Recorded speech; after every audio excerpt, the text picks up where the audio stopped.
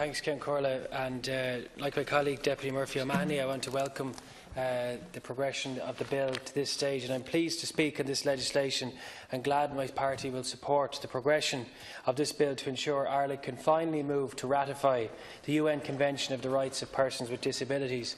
And I know, Minister, we engaged at committee stage where you are trying to match your own self-inflicted timeline in this area, and it has been a complicated and difficult interaction from your own perspective at a departmental level to get this drafted.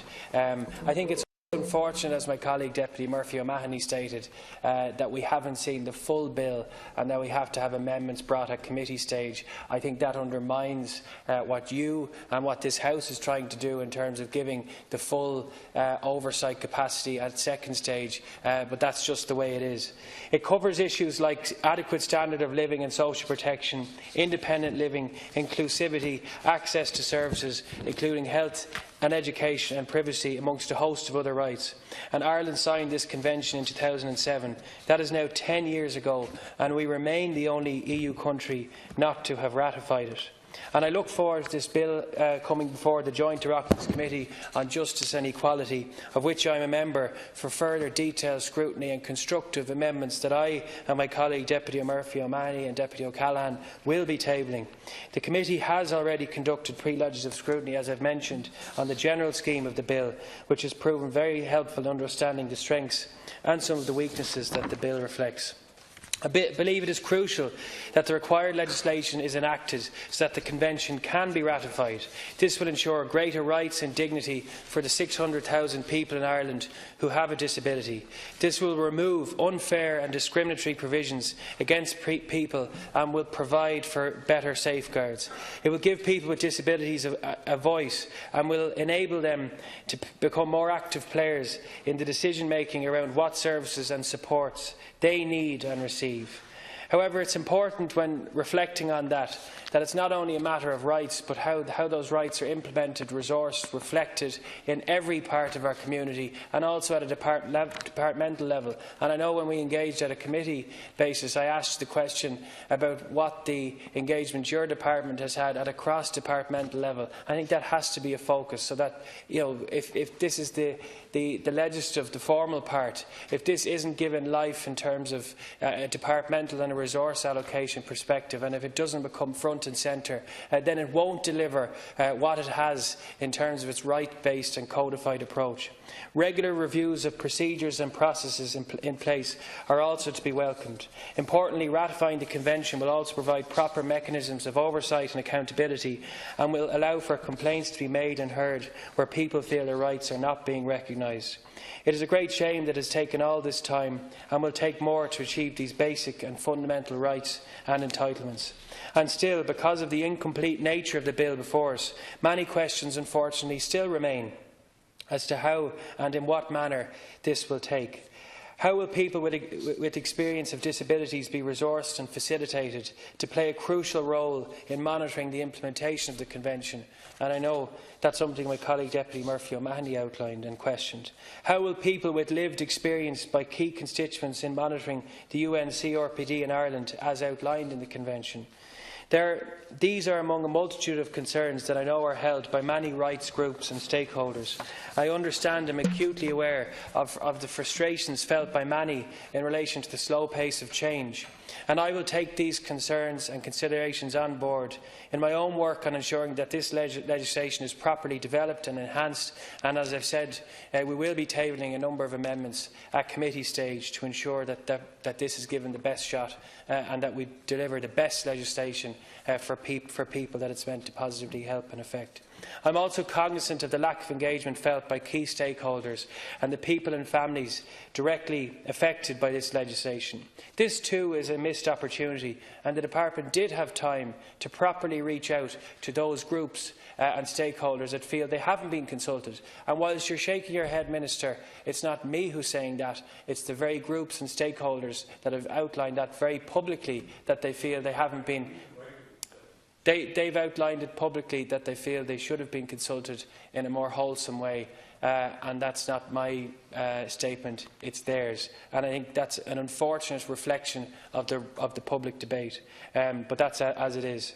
And I'd like to thank the many disability groups, including the Disability Federation of Ireland, the Equality Rights Alliance and also Inclusion Ireland, for their work and advocacy in fighting for the rights of people with disabilities. I would also like to pay tribute to the many centres for independent living, including the Blanchetown Centre for Independent Living in my own constituency, who do phenomenal work for people with disabilities.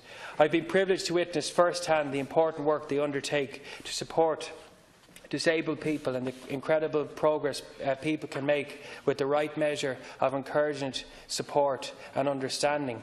But again, by adopting a rights-based approach, it's important that this is imposed on every resource allocation. And I know in my own constituency before Christmas in Mulhuddard, there was an issue about the angle of a path and the inability of someone to go across the road to access the Centre for Independent Living.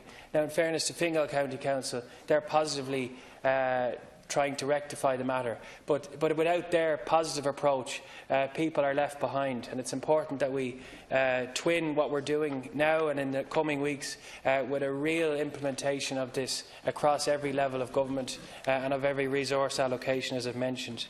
My party, as my colleague has mentioned, have always been committed to fighting injustice and discrimination in all forms and to creating a more equal and inclusive society. We are dedicated to removing restrictions that inhibit people with disabilities and ensuring all people can fulfil their potential to participate and contribute to a diverse society. I am proud that Fianna Fáil was the first party to outline a detailed commitment to address the needs and rights of people with disabilities, and the first national disability strategy was developed and commenced as a result of the party's work in this area. This saw the creation of more residential and respite care places, the passing of important disability legislation and the setting of targets to ensure this was delivered. Such an approach continues to be followed in our national policy today as we move from an institutionalised approach to a community-based approach. The bill we are discussing today is another important step in the road in our support for people with disabilities. It is a significant shift from a medical model to a rights-based system and is welcome.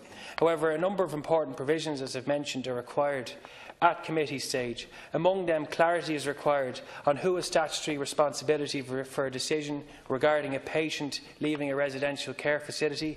The absence of a statutory provision regarding deprivation of liberties in such cases means we are unable to comply with the UN Convention as drafted. The point is that there is no statutory law here. Other provisions that will need to be brought forward relate to a person's fitness to be tried and around the prohibition of discrimination against transgender persons, as well as the definition of victimisation. And just before I conclude, I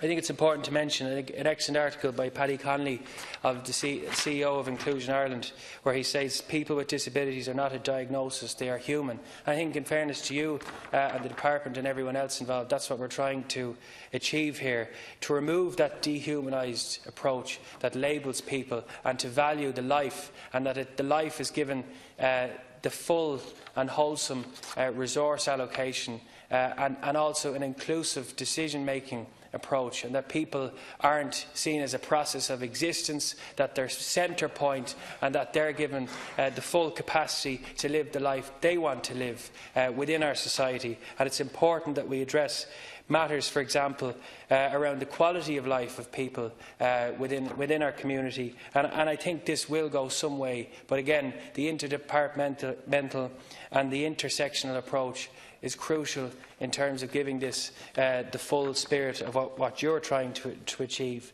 And I think, as a side note, I think it's important that you commence fully the Education of Persons with Special Needs Act 2004, the Citizens Information Act 2007 and the Disability Act 2005, as Mr Connolly has mentioned in his piece. So I look forward to continuing to work constructively with you on this legislation to ensure Ireland ratifies the UN CRPD rights and to protect the rights of people with disabilities in Ireland. Thank you.